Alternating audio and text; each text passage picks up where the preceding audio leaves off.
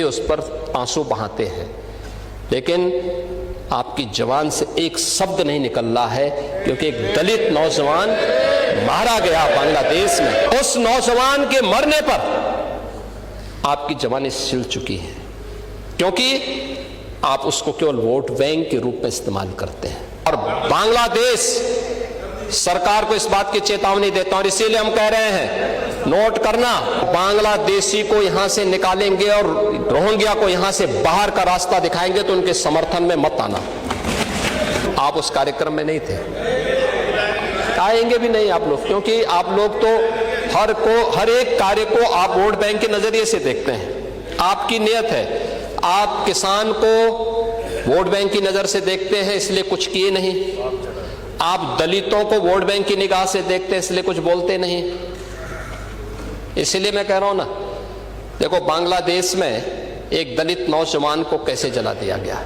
आप लोग गाजा पट्टी में होने वाले किसी भी उस पर आंसू बहाते हैं, लेकिन आपकी जबान से एक शब्द नहीं निकल रहा है, क्योंकि एक दलित नौजवान मारा गया बांग्लादेश में।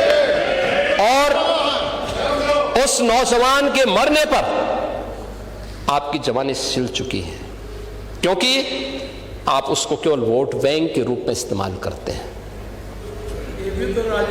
ये राजनीति नहीं है पांडे जी, ये राजनीति नहीं है, ये वो सच्चाई है जो आपकी तुष्टीकरण की नीति है, जिसके कारण बांग्लादेश बना है।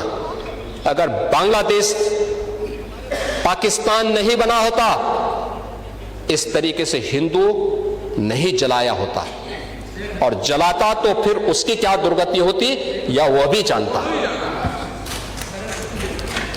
ये सुरक्षा की गारंटी, वहां मारे जा रहे हैं हिंदू, आप लोग नहीं बोलेंगे। एक कैंडल मार्च निकाल के चलते हैं गांजा के मुद्दे को लेकर के,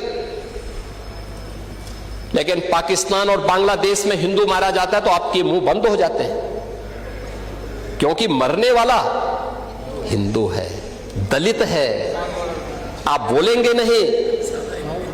और यही सच्चाई है। निंदा प्रस्ताव पारित होना चाहिए, और यह प्रस्ताव नेता विरोधी दल की तरफ से आना चाहिए कि इस घटना की हम भर्त्सना करते हैं, और बांग्लादेश सरकार को इस बात की चेतावनी देता हूं, इसीलिए हम कह रहे हैं नोट करना, ये चीजें होनी चाहिए। और हमारा भी प्रयास होना चाहिए, जब बांग्लादेशी को यहां से निकालेंगे और रोहिंग्या को यहां से बाहर का रास्ता दिखाएंगे तो उनके समर्थन में मत आना, क्योंकि उनमें से बहुत सारे लोगों के वोट आपने बनवाए हैं, उनके बहुत सारे लोगों के लिए आधार भी बनवाने का पाप किया है आप लोगों ने।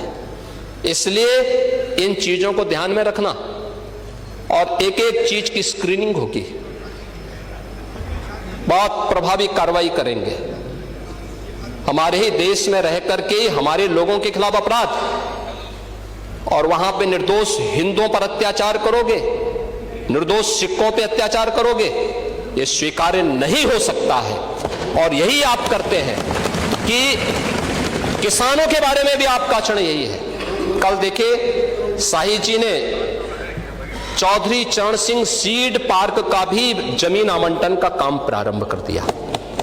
अच्छा, किसान को अच्छा बीज मिले, अच्छी तकनीक मिले, कम लागत में ज्यादा उत्पादन। आपके समय में क्या होता था? लागत ज्यादा थी, उत्पादन कम था, बाजार नहीं था, किसान तबाह था, परेशान था, बिचौलियों के द्वारा लाभ ले लिया जाता था। आज किसान सुरक्षित है, किसान को योजनाओं का लाभ मिल रहा है।